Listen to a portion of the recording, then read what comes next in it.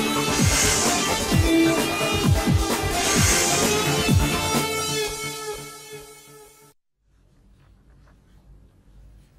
Morning.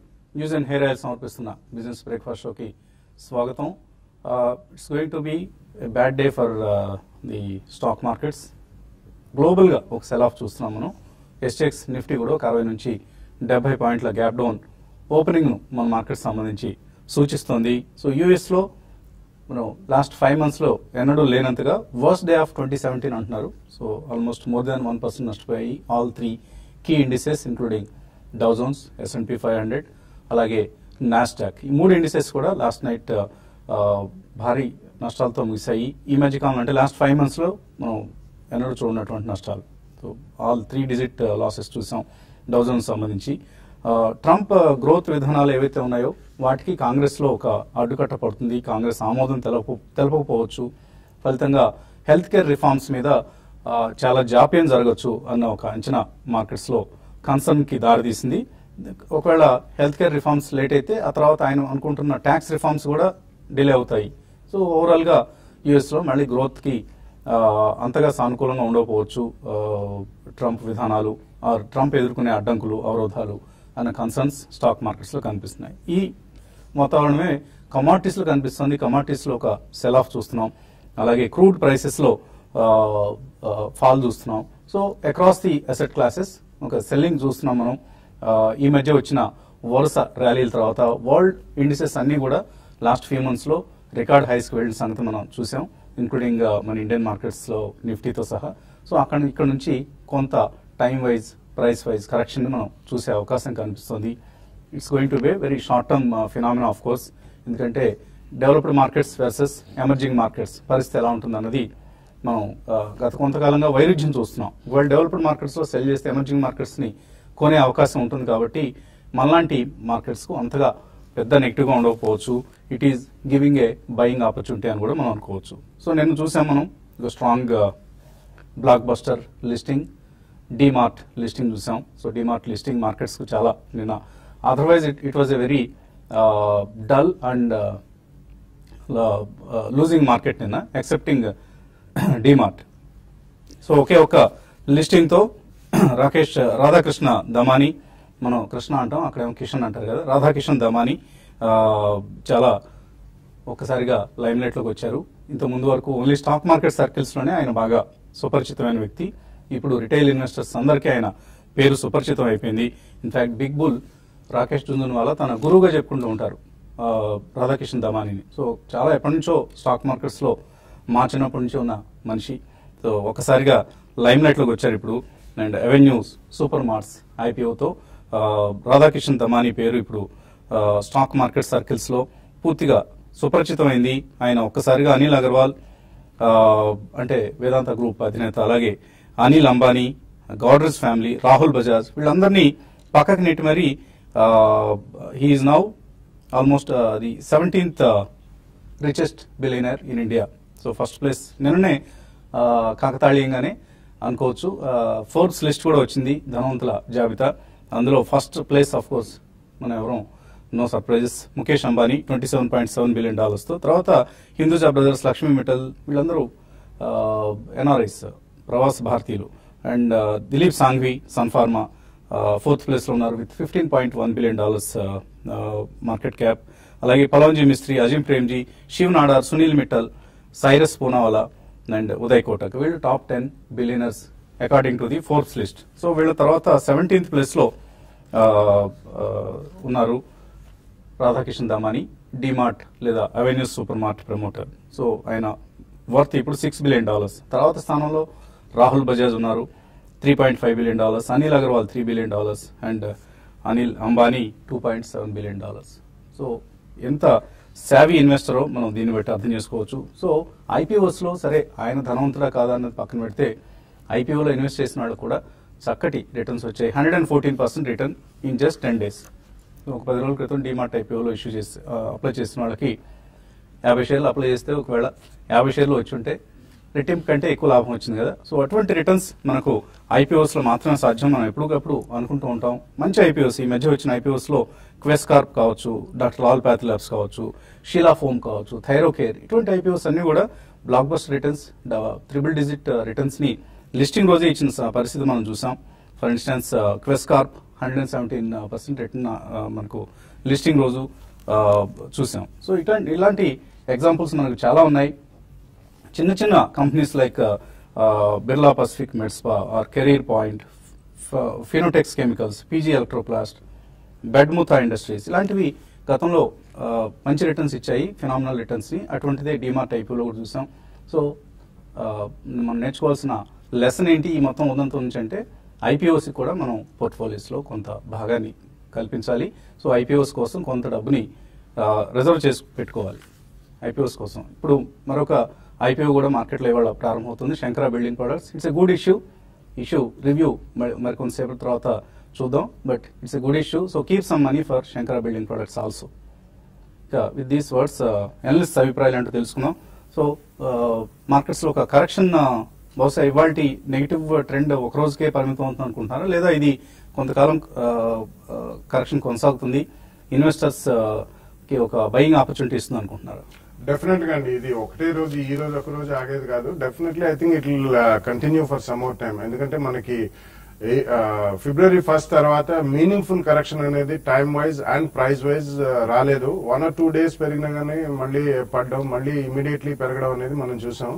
But I think మనకి result season వస్తుంది కాబట్టి results will start almost from 10th of April అండి. 10th and 15th of April నుంచి May end దాకా audited financial results వస్తాయి కాబట్టి I think we are away from result season for another 2 weeks. సో ఈ కారణం మూలన డెఫినెట్లీ మార్కెట్ లో ఒకసారి మళ్ళీ పెరుగుదల అనేది ఉండదు. తప్పకుండా కొద్దిగా నెక్స్ట్ 2 to 3 weeks కాస్త price wise adjustment as well as కొద్దిగా time wise if not more వచ్చే అవకాశం ఉంది. ఈవెన్ దాని తర్వాత కూడా మనకి జూలైలో ఒకవేళ జిఎస్టీ రోల్అవుట్ అయితే దాని సాధక బాధకాలు కూడా market will take in to consideration.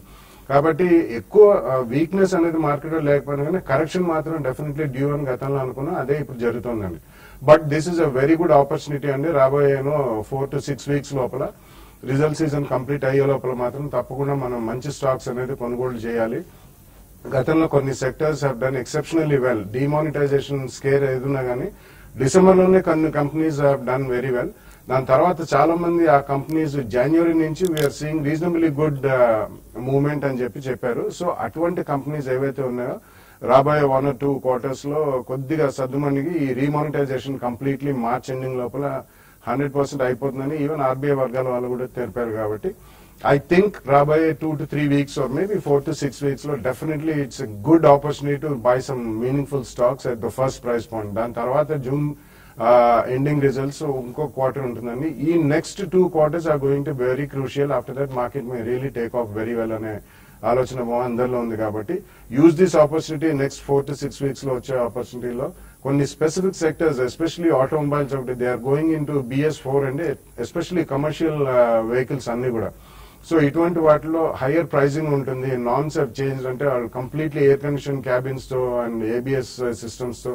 So higher turn overs and higher profitability ఉండే అవకాశం.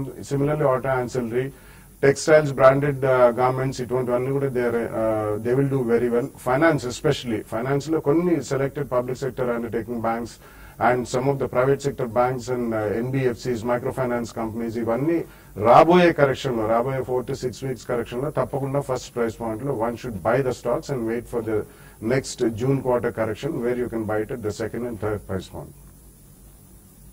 సో డే అనుకున్నాం నిన్న DMart, Divi's labs, doctor Reddy's labs. So ఇలా డీతో మొదలయ్యే కంపెనీలకి నిన్న అంత లైమ్ లైట్ లో ఉండడం చూసాం. Divi's labs was a major loser. So నిన్న స్టాక్ ఆఫ్ ది డే అని చెప్పుకోవచ్చు. 2 stocks of the day, positive side DMart and negative side Divi's labs. So కొనసాగుతుంది ఈ వీక్నెస్. ఓవరాల్ గా of course Nifty is going to open with a gap down opening. ఇక్కడ sell చేయొచ్చా? Yeah, I think probably yes అనే చెప్పొచ్చు అండి. ఎందుకంటే మనకి లాస్ట్ 3 days గా కరెక్షన్ మోడ్ లో ఉంది మార్కెట్. సో నిన్నటి పుల్ బ్యాక్ కూడా it was a good pull back. లో 9087 వచ్చినప్పటికీ 9120 దాకా మనం మార్కెట్ రావడం చూసాం. ఓన్లీ థింగ్ ఏంటంటే మనకి గ్యాప్ ఏదైతే మనం యూపీ ఎలక్షన్ నెక్స్ట్ డే చూసామో అది ఫిల్ అయ్యే ప్రక్రియ మొదలైంది నిఫ్టీలో అని చెప్పొచ్చు.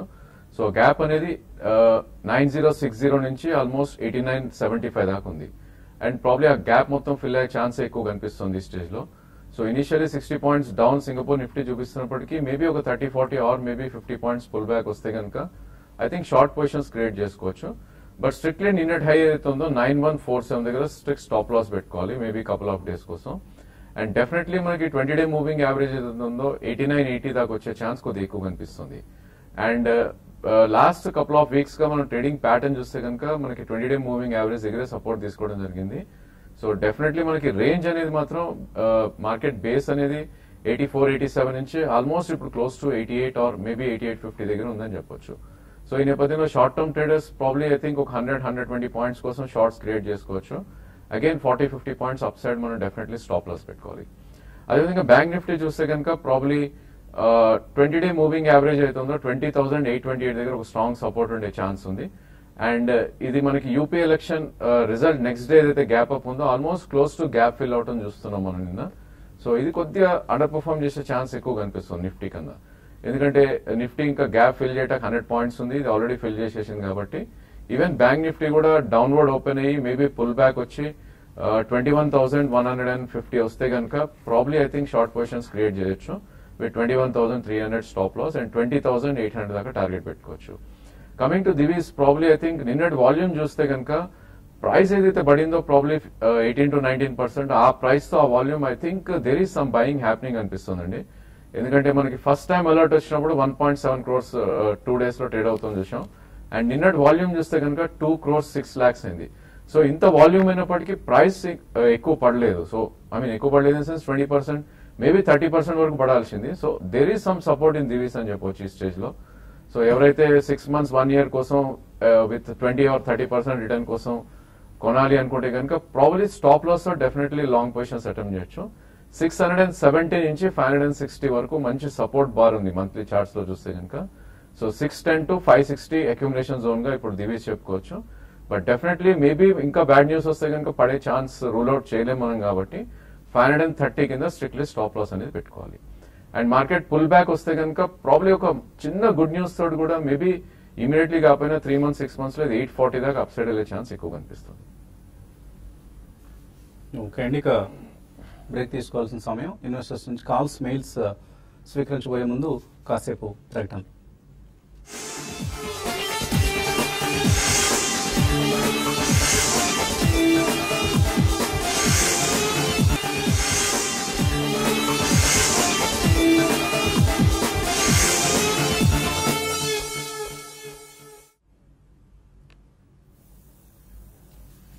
న్యూస్ అండ్ హెయిర్ ఆయిల్ సమర్పిస్తున్న బిజినెస్ బ్రేక్ఫాస్ట్ షోకి తిరిగి స్వాగతం. శంకర బిల్డింగ్ ప్రొడక్ట్స్ ఈ ఐపీఓ మనకు ప్రారంభమవుతుంది ఇవాళ. సో ఇష్యూ ప్రైస్ వచ్చేసి 440 రూపాయలు. సో తప్పకుండా అప్లై చేయదగ్గ ఇష్యూ ఇది. ఒక వినూత్నమైన బిజినెస్ మోడల్తో ముందుకు వెళ్తున్న సంస్థ శంకర బిల్డింగ్ ప్రొడక్ట్స్. సో పూర్తి రివ్యూని మనం టీవీ5 మనీలో కలుసుకున్నప్పుడు పరిశీలిద్దాం. కాలర్స్ లైన్ లో ఉన్నారు. మొదటి caller Krishnarao. Hello, good morning. Morning అండి, అడగండి కృష్ణ. ఈ రేట్ లో RBL bank, Asian granite, federal bank తీసుకోవచ్చు సార్ లాంగ్ టర్మ్ కి.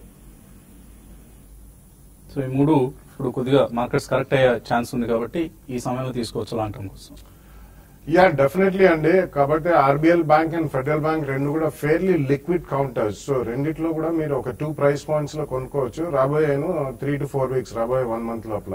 Anyway approaching the result season కాబట్టి.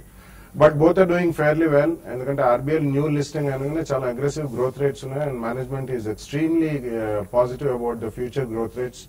25% ప్లస్ లెండింగ్ రేట్ రాబోయే ఫ్యూ ఇయర్స్ లో ఉంటుందని వాళ్ళు చేయడం జరిగింది. అండ్ వాళ్ళు ఇతరత్ర వేరే టేక్ ఓవర్ బిడ్స్ కూడా ఆలోచిస్తున్నట్టు మేనేజ్మెంట్ వాళ్ళు చెప్పారు. సో ఈ కారణం వలన federal bank and RBL bank definitely కొనొచ్చు. ఏషియన్ గ్రానైట్ చూస్తే లాస్ట్ 1.5 year లో ఆల్మోస్ట్ 5 to 6 times పెరిగిందని. క్లోజ్ టు అబౌట్ 300 rupees ఉంది. సో ఆ కారణం మూలన కొంచెం వెయిట్ చేస్తే బెటర్ అనిపిస్తుంది. ప్రాబ్లీ అబౌట్ 10-15% కరెక్షన్ లో ఫస్ట్ ప్రైస్ పాయింట్ లో కొనొచ్చు. బట్ వాళ్ళకి కూడా అగ్రెసివ్ గ్రోత్ రేట్స్ ఉన్నాయండి. Compare to all the other tile manufacturers Asian granite he's done extremely well. But stock price కూడా 5-6 times పెరిగింది లాస్ట్ 24 months లో. కాబట్టి కొంచెం వెయిట్ చేసి ఫస్ట్ ప్రైస్ పాయింట్ లో అబౌట్ 15% కరెక్షన్ వస్తే కొనండి. సో వెంకట్ ఒక మెయిల్ పంపించారు. ఆయనకు డిమార్ట్ షేర్లు 50 అప్లై చేస్తే 50 వచ్చేసాయి. ఇంకా పజిల్ ఆయనకి ఏంటంటే ఎలా అప్లై చేస్తే డెఫినెట్ గా అలాట్మెంట్ ఛాన్స్ ఉంటుంది, బాగా మాక్సిమం నెంబర్ ఆఫ్ షేర్స్ చేస్తే ఉంటుందని. మాక్సిమం చేసిన వాళ్ళకి ఈసారి డిమార్ట్ ఐపీఓలో ఎస్పెషల్లీ ఎటువంటి బెనిఫిట్ లేదని అందరికీ ఒకటే రేషియో ఫాలో అయ్యారు. సో ఆల్మోస్ట్ 1:4 నిష్పత్తిలో వాళ్ళు షేర్లు కేటాయించడం జరిగింది. It is an automated process. ఇందులో ఏమి ఒక ఫార్ములా అంటే ఏముండదు, ఇలా అప్లై చేస్తే డెఫినెట్ గా షేర్స్ వస్తాయని. ఫర్ ఇన్స్టాన్స్ రాజేంద్ర గారు 5 అప్లికేషన్స్ పెట్టారు. So that is one way of increasing your chances of allotment. మీ ఇంట్లో 5 ఫ్యామిలీ మెంబర్స్ ఉంటే 5 డిమాట్ అకౌంట్స్ ఉంటే 5 పేర్ల మీద చేయొచ్చు, లేదా 4 ఉంటే 4 పేర్ల మీద చేయొచ్చు. So it is way of increasing your chances. ఇంకేదైనా అడిషనల్ టిప్స్? దట్స్ ఆల్ అండి, కరెక్ట్. యాక్చువల్లీ రిటైల్ స్పేస్ లోనే ఎక్కువ మనం అప్లై చేస్తే అక్కడ ఛాన్స్ ఎక్కువ ఉంటుంది. ఎందుకంటే మనకి లక్ బాగుంటే ప్రాబ్లీ నాకైతే 5లో 3 అలాట్ అయినాయి, కొంతమందికి 5 అలాట్ అవ్వలేదు. ఇట్స్ ఆల్ ప్యూర్ లక్ అని చెప్పొచ్చు. బట్ అగైన్ పెద్ద ఫామ్ వేసిన వాళ్ళు కూడా చాలా డిసప్పాయింట్ అయ్యారు. 2 crore ఫామ్ మాకు ఒక client he's got only 200 shares. So it's not worth. So definitely retail space లో 100 కానీ 200 కానీ బిలో 2 lakhs అమౌంట్ వరకు అప్లై చేస్తే ఐ థింక్ ఛాన్సెస్ అక్కడ ఎక్కువ మనకి ఉంటాం, మనం చూసాం గతంలో. సో అంతా కూడా లక్ ఫ్యాక్టర్ అండి. అమృత హస్తాలు అనుకోండి మనవి, 4లో ఒకళ్ళు మనమే అవుతాం. లేదు ఐరన్ లెగ్ అనుకోండి, 4లో 3 మనమే అవుతాం అనమాట. అది సో అలా ఉంటుంది. So try to apply with maximum number of applications. తర్వాత కాలర్ లైన్ లో ఉన్నారు కిషోర్. గుడ్ మార్నింగ్ అండి. మార్నింగ్ అండి, అడగండి కిషోర్. యాక్చువల్ గా నా క్వశ్చన్ ఇది టెలికాం సెక్టర్ గురించి అండి. బేసిక్ గా రిలయన్స్ జియో రాకముందు మనకు ఐడియా తర్వాత ఎయిర్టెల్ మార్కెట్ బాగా అంటే వాళ్ళ ఇండివిజువల్ గా వాళ్ళ బిజినెస్ వాళ్ళు చేస్తున్నారు హ్యాపీగా. ఎప్పుడైతే రిలయన్స్ జియో వచ్చిందో నేను ఒక్కడే జీవిస్తాను, మిగతా వాళ్ళందరూ కూడా చచ్చిపోవాలన్నట్టుగా గవర్నమెంట్ తన చేతిలో ఉందని చెప్పేసి ఇష్టం ఉన్నట్టు డాటా స్విచ్ చేస్తున్నాడు, కాల్ స్విచ్ చేస్తున్నాడు, మిగతా వాళ్ళకి ఎక్కడికి అనుకోనని. ఇప్పుడు ఆయన చెప్పి ఏమైతుందంటే ఐడియా వాళ్ళు తర్వాత ఎయిర్టెల్ వాళ్ళు బిజినెస్ క్లోజ్ చేస్తున్నటువంటి సిచ్యువేషన్ నేను వచ్చిందని నేను అనుకుంటున్నాను. ఫ్యూచర్ లో ఈయన యొక్క ప్రభావం ఎలా ఉండబోతుంది అంటే మొత్తం అంతా నాకే టెలికాం సెక్టర్ అంతా నాకు ఇంటనే ఉండాలి, నేనే ఆధిపత్యం చేయాలి అన్నట్టుగా ఆయన ఆ బిజినెస్ ఎక్స్పెక్ట్ చేస్తున్నట్టుగా నాకు అనిపిస్తుందండి. సో వాళ్ళు దెబ్బకి అంతకుముందు హ్యాపీగా అంటే ఐడియా వాళ్ళు కానీ తర్వాత ఎయిర్టెల్ వాళ్ళు కానీ బిజినెస్ అని కూడా చాలా ఎక్స్పెక్ట్ అయ్యే అవకాశం ఉందని నాకు అనిపిస్తుంది. నాకు ఎక్స్పెక్ట్ అవ్వండి. సేమ్ సిచ్యువేషన్ ఇప్పుడు చూస్తే ఊబర్ క్యాబ్స్ వాళ్ళు ఏంటంటే అంతకుముందు ఓలా ఉండేది, డాట్ క్యాబ్స్ ఉండేది, ఇల్లర్ క్యాబ్స్ చాలా ఉండేవండి. ఊబర్ వచ్చిన తర్వాత రేట్ తక్కువ చేసిన తర్వాత డ్రాస్టిక్ గా చాలా డ్రామాటిక్ గా చాలా రేట్స్ తక్కువ చేశారు. దానివల్ల ఏమైందంటే మిగతా బిజినెస్ అంతా కూడా ఆల్మోస్ట్ ఇప్పుడు అంతా క్యాబ్స్ అంటే ఊబర్ క్యాబ్స్ లాగా అయిపోయిందండి. ఇప్పుడు అంటే గోయింగ్ ఫార్వర్డ్ మొత్తం అంతా రూలింగ్ గా క్లీన్ అయిపోతుందా, మిగతా వాళ్ళంతా ఇంకా సైడ్ కావాల్సిందేనా? నాకు డీటెయిల్స్ గా మీకు కొంచెం ఆన్సర్ చేస్తారండి. అంటే దానికి మనం ఆన్సర్ చెప్పడం కష్టం, కానీ as long as consumer is getting benefited మనకి కంప్లైంట్స్ లేవు. But cash is king. So ఎవరి దగ్గర డబ్బు ఉంటే వాళ్ళదే ఆధిపత్యం ఉంటుంది. సో ఇవాళ రిలయన్స్ జియో అయినా మీరు అన్నట్లుగా ప్రైవేట్ ఈక్విటీని రైజ్ చేసి బాగా బిలియన్ల కొద్ది డాలర్లు రైజ్ చేసిన కంపెనీస్ లైక్ ఊబర్ లాంటివి ఆర్ ఓలా లాంటివి వాళ్ళు టాక్సీ ఆపరేటర్స్ మీద ఆ రంగం మీద ఆధిపత్యం సంపాదించారు అంటే మనం it is because of their muscle అండి, క్యాష్ మజిల్. సో ఎవరి దగ్గర డబ్బులు ఉంటే వాళ్ళు they can kill the competition and raise their business. So అది జరుగుతూ ఉంటుంది. It is natural. దాన్ని మనం ఏమీ తప్పు పట్టలేము, ఎందుకంటే we're in a market economy. ఏమైనా యాడ్ చేస్తారా? It's a tough question to answer, and I will always support people who have been doing business. So I'm not a capitalist per se. Definitely, it leads to competition. మనం గతంలో చూసుకుంటే మనం just లోకల్లోనే తీసుకుని మీరు auto వాళ్ళు ఎక్కడైనా కానీ మనం ఎక్కడికైనా రావాలంటే ఎక్కడికి వెళ్ళాలి, అడ్రస్ చెప్పండి, రోడ్డు మీద వదలాలా, లేకపోతే అక్కడి నుంచి రిటర్న్ రావాలా, ఇన్ని అడిగేవారు. సో టాక్సీస్ మనకి జనరలీ గతంలో చాలా తక్కువ ఉండేవి. సో యూబర్, ఓలా తర్వాత మనకి మధ్యలో చాలా వచ్చాయండి, స్కై క్యాబ్స్ అని, హాట్ క్యాబ్స్ అని, ఇట్లా. So competition always is beneficial to the customer. But monopoly ఆధిపత్యం అనేది మాత్రం డెఫినెట్లీ ఉండదండి. ఎందుకంటే క్యాపిటల్ ఇంటెన్సివ్ సెక్టర్ టెలికాం మీరు చెప్పేది. ఇప్పటికి వాళ్ళు దగ్గర 1,40,000 కోట్లు ఇన్వెస్ట్ చేశారు లాస్ట్ 7-8 years లో. ఏ ప్రైవేట్ రంగం వాళ్ళు అంత చేయగలుగుతారండి? సో డెఫినెట్లీ అది వచ్చిన తర్వాత మిగతా వాళ్ళు will they die? If they die it's good. In capitalism some people have to really suffer. It's not robbing the Peter and paying the Paul అన్నట్టు కాదు, కానీ definitely they have raise money. అంతంత capital intensive business లో చిన్న వాళ్ళు రాలేరు. కాబట్టి మీరు దాని గురించి ఏం వరీ కావాల్సిన అవసరం లేదు. Every business will survive, and telecom is a huge capital intensive industry. So Uber is a very conceptual nature in the world, and Uber actually does not own a single taxi or even a vehicle. So it is a new concept, technology intensive companies. So ఇవాళ మనం benefit అవుతున్నాం. In fact because of Uber and Ola.